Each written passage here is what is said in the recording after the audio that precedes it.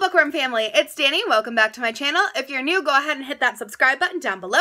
Don't forget to turn on the notification bell because it's always a mystery when I'm going to post a new video. And also follow me on Instagram. It is at Danny's Book Corner 2018 because I post on there way more than I post on here. And if you guys like seeing book reviews for specific books, go there because that's where I post those. So today is April wrap-up! So you guys get to see all the books that I read in the month of April, which I read 10. This is the first time I have reached double digits in a month. I am so excited, so proud of myself. Anyway, I'm just like over the moon that I actually did it because I'm part of a reading group where you're supposed to read 10 books a month to reach like the certain criteria. And I've never actually been able to do it, and I've always made it a goal, but this month was spring break for me, so I had a few days off, and I was able to just really bunker down and read a lot, and I was really excited about it. So, without further ado, let's get into the reviews. So the first book that I read in the month of April was Al Capone Does My Shirts by Jennifer Cholodenko. I don't have this book anymore because it was a library book, so I had to return it. But basically it is about a boy who moves to Alcatraz Island with his family because his sister has some form of special needs, which it is later revealed that it's autism, but obviously they didn't have a name for it back then, so it's revealed in the acknowledgements that it's autism, which I could tell by reading the book, but not everybody could. So she had a special needs that she needed to go to a special needs school for, and her dad needed a better job in order to send her there, so he works at Alcatraz. However, the school denies her, and her brother ends up taking care of her for most of the time, which he is not too happy about because then he has to miss baseball a lot, which is his favorite thing. But overall, I gave this book 5 out of 5 stars because it really touched on the accuracy of having a special needs back before they were understood, and the acceptance radar between adults and children, and it just has a really great overall message for kids. I read it so early in the month that I feel like there were so many great things that I want to be like, yes, it did this, this, this, and this, and I just can't remember because I literally finished it like the 1st of April. So it's been like 30 days, man, that was a long time ago. But overall, I really enjoyed the book, 5 out of 5 stars, and do intend to finish reading the series. The next book I read in April was What Were the Twin Towers by Jim O'Connor. This is just one of those who was, what were books that are everywhere for kids. I read this because I just needed a short book on a historical event. I ended up giving this 2 out of 5 stars. It's a great read for kids, but obviously I'm an adult. I lived through the terrorist attack. I was in 4th grade at the time, and that's kind of the reading level for this, and I just feel like it's a little, it has moments of intensity, but it just doesn't explain the emotional drive of what happened during the Twin Tower attack, I guess. So what I want to say, like, I remember being in 4th grade and just being terrified, like, and I didn't even know what the Twin Towers were, to be completely honest. I live in New York and I didn't know what the Twin Towers were. I knew that it was someplace in New York City. That's all I knew. So it just didn't really give an overall emotional element. It just kind of stuck to the facts, which is what this book is supposed to do. But I also think when we're teaching kids about history, it's important to tell them why the history is important. Because I know so many kids today that can like rattle off dates to me that are on their tests, but they can't tell me like why World War II was so horrible and like what was happening behind just the fact that there was a war, you know? So I feel like that these books could do a little bit better of like touching on the emotional aspect. Overall, I do think it's a good fact book for kids if you want them to know about everything from the creation to the destruction of the Twin Towers. It's a really good book. It's just, I always like historical fiction to have or not historical fiction, but historical books to have an element of emotion to them, if that makes sense. So anyway, so the next book that I read was A Midsummer Night's Dream by William Shakespeare. I read this as an ebook, so I don't have it with me. Basically what happens in A Midsummer Night's Dream is there are two sets of couples, I guess is how I want to say it. One is like madly in love, going to get married. The other, the girl is like obsessed with the guy, but the guy's obsessed with the girl who wants to get married. And then there's like fairies, and one fairy like screws over the fairy king, so the fairy king basically is like, yo, make her fall in love with like some random beast to his servant fairy, and he does that while being like, hey, make these two couples fall in love and all this stuff, and yeah.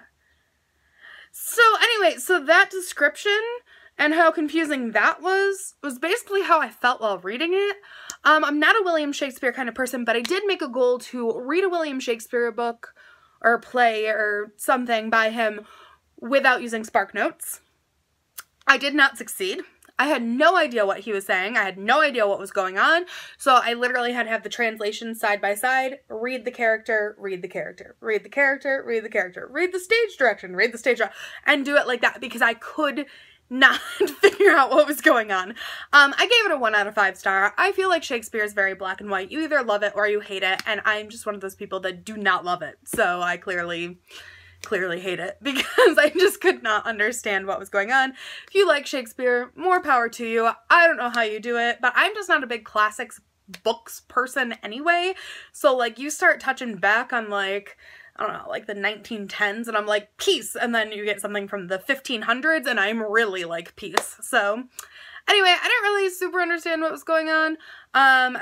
Once I had the translations, I did understand what was going on, and I thought, oh, like, this is a cool concept. I wish I knew what they were saying. But yeah, that's Shakespeare for you, you know? So the next book that I read is The Pinballs by Betsy Byers. I read this book in middle school, and it is about 3 kids who are brought into a foster home at the same exact time. They all have different adjustments with emotion and why they're there, and kind of like figuring out who they are. It's definitely a little bit of a coming of age story, but also a little bit of one of those morals where like you don't have to only pick the family you were born to. You can go out and find your family too, which I do like that overall moral. I'm not a huge fan of this book anymore. When I was in middle school, it was one of my favorite books. However, this book was written in the 1970s and I don't feel it aged well. It's definitely outdated, especially with how the foster care system is run. I just didn't think that there was a lot of accuracy to that. So overall, I think the book is cute. I think the characters are cute, but I don't think kids would really pick this up and fall in love with it just because it is outdated. And when I look at this cover, I think it's going to be about kids in an arcade.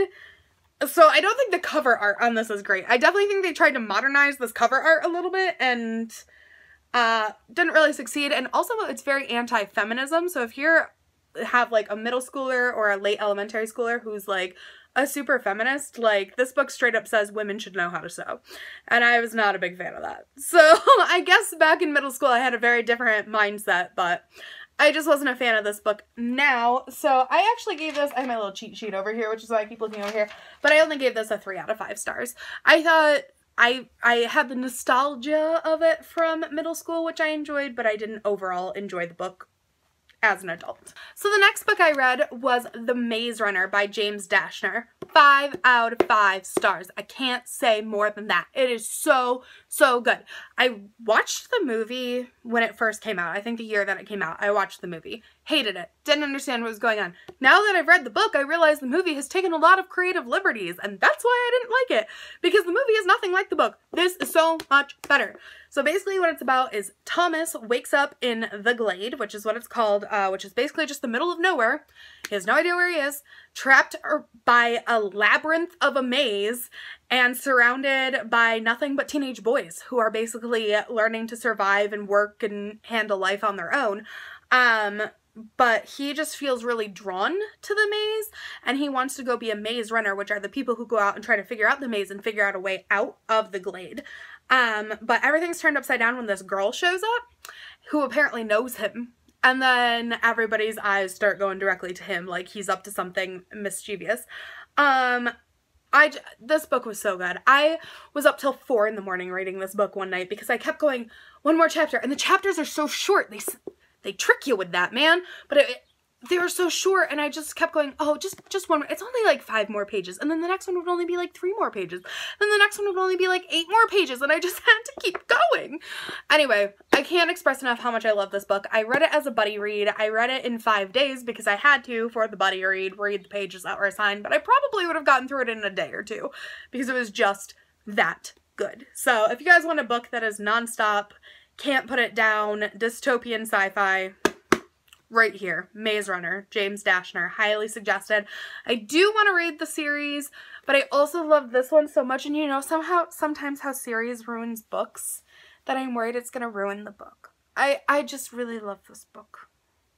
Anyway, while I contemplate my life and if I'm going to continue reading the series, let's move on to the next book. So the next book that I read, looking at my cheat sheet again so I know what order I read it in, was, oh, I never finished filling that out. I never finished filling out my cheat sheet.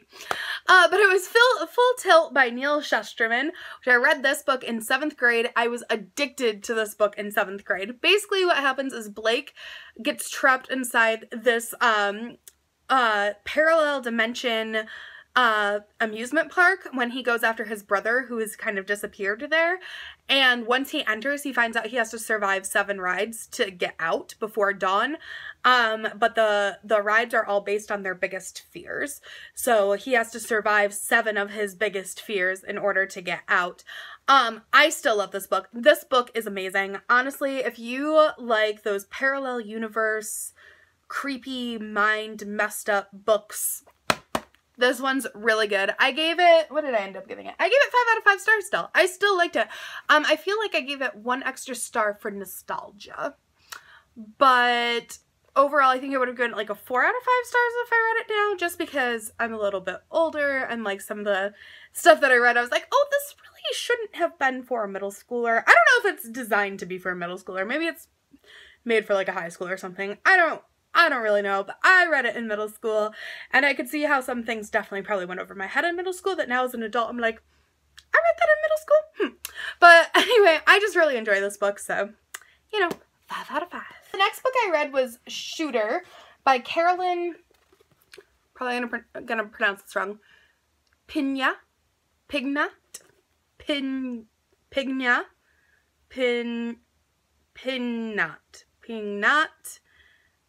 I don't know how to say it, but basically this is like a Breakfast Club meets horror.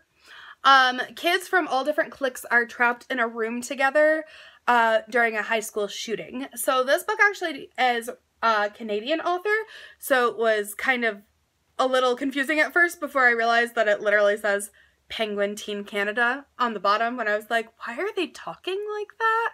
Like, just like some certain things, like instead of saying like 11th grade, they say grade 11 or something like that, or like year 11 or something like that, and I'm like, why are you saying it like that? But once I got past that, this book I ended up giving a 3 out of 5 stars. I thought that the overall action was good, but there wasn't much of it. It was a lot of talking and a lot of like emotionally breaking down to strangers.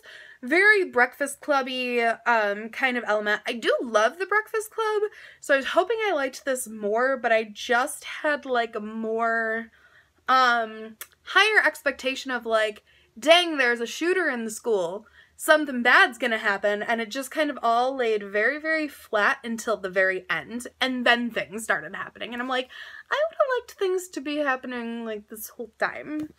But yeah, so like the beginning was a little bit boring, but the ending was pretty decent. So 3 out of 5 stars. I feel like that's a very fair rating. I might have even gone a little too fair with it.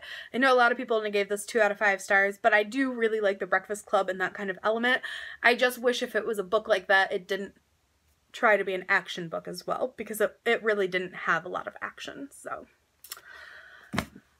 Next, I read Harry Potter and the Prisoner of Azkaban. As you guys know from the other videos I've been doing, that I am trying to read through the Harry Potter series this year. This is the 3rd book in the series. Basically, Harry returns to Hogwarts with the news that there is a serial killing wizard on the loose and he's looking for him. He later finds out that that serial killer is actually his godfather and had a hand in killing his parents.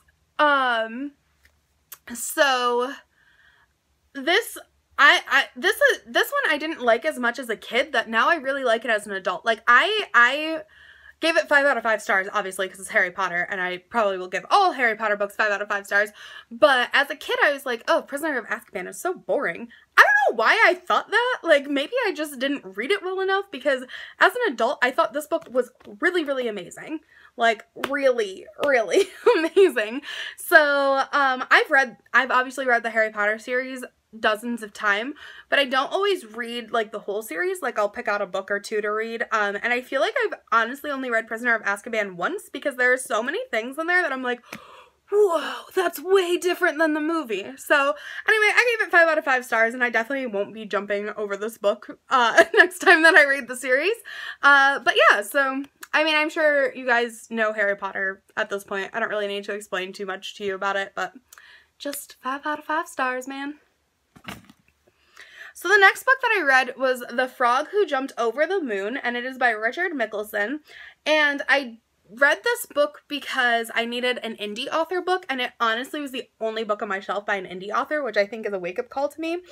As a writer, I do try to read indie authors, because I feel like that's kind of like as a writer, I want to read what you write if you read what I write kind of thing. However, I'm always very iffy with indie authors because they tend to not be well edited. I don't know if you guys ever have that experience with reading like indie authors from like your hometown or whatever, but like I've just always found that they're not very well edited. So I basically in this book, it is about a frog who is named Phineas T. Barrel the third. And he is like the best frog in his area of the Adirondack Mountains, so it actually takes place near me, but he is the best frog in the area of the Adirondack Mountains, and he always wins the Frog Olympics. But he is bored and he wants to compete year-round, so he decides he wants to go to the Everglades in Florida, and in order to do that, he bets against his friends that he can jump over the moon, which he discovers he can do because the lake and the trees hide his reflection as he jumps over the lake's reflection of the moon, I guess. And so he ends up getting to go to the Everglades, where he learns that not everything is greener on the other side. So I didn't like this book. I gave it a 1 out of 5 star. I had a lot of issues with it. First of all, there's points where the name would change from Phineas T. Barrel III to Phineas J. Barrel III, which I had a really big issue with. The next issue that I had was that it just didn't have a great overall moral. One of the like first lines, like this is definitely a kid's book. It has pictures. It's like supposed to be like a beginning reading novel. I can't imagine anyone really older than like late 2nd grade enjoying the concept of the book, but it was written very much more for like 3rd to 5th grade readers.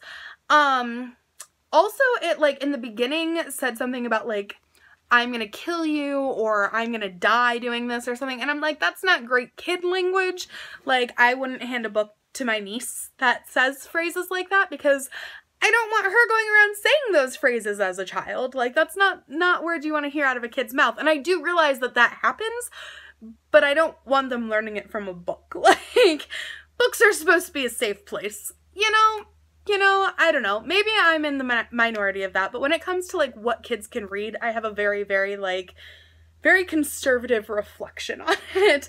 And I'm not conservative about a lot of things, but language and how we use it, I think is very important to teach children. And as a dance teacher, I hear a lot of young kids coming in being like, oh, I'm gonna kill myself. And I'm like, I don't like hearing that from a child. So I don't know. I didn't really super enjoy this book. The plot kind of taught you to like bet against your friends, and then you don't really have to say sorry or tell them the truth after you screwed up.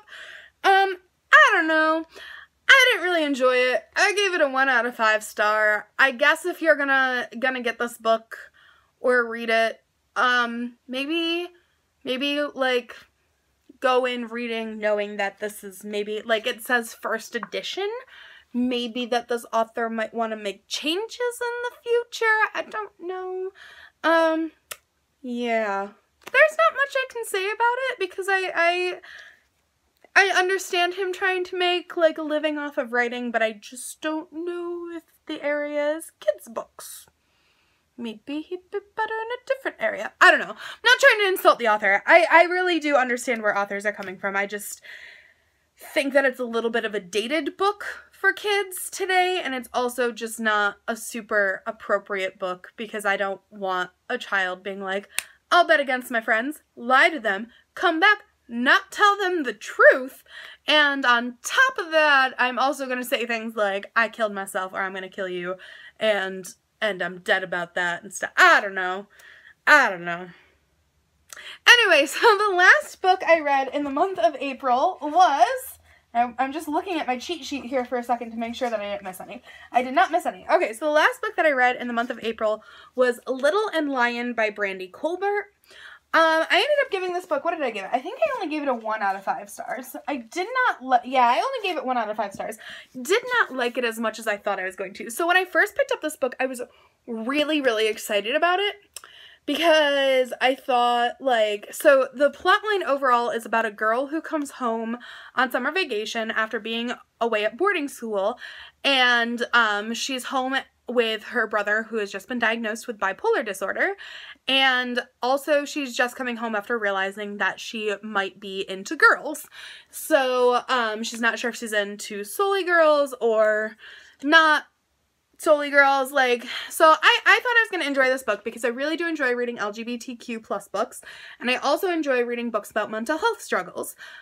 Two very things that are close to my heart that I'm very passionate about. I thought this book fell flat for what it could be. First of all, there's a lot of secrets, a lot of lying, and it takes a while for there to be consequences for those secrets and lying, and it's very one note through a lot of the book. It's like, who am I, what am I doing in my life, blah, blah, blah, blah, blah. Which, dude, I hear ya. Who am I, what am I doing with my life is my theme song. However, with this book specifically, I felt like she didn't really need to figure that stuff out by the end of the book. And I feel like that was like the whole driving plot was I gotta figure it out, I gotta figure it out, I gotta figure it out. And I was like, that's not a great overall moral for young adults who are reading this book.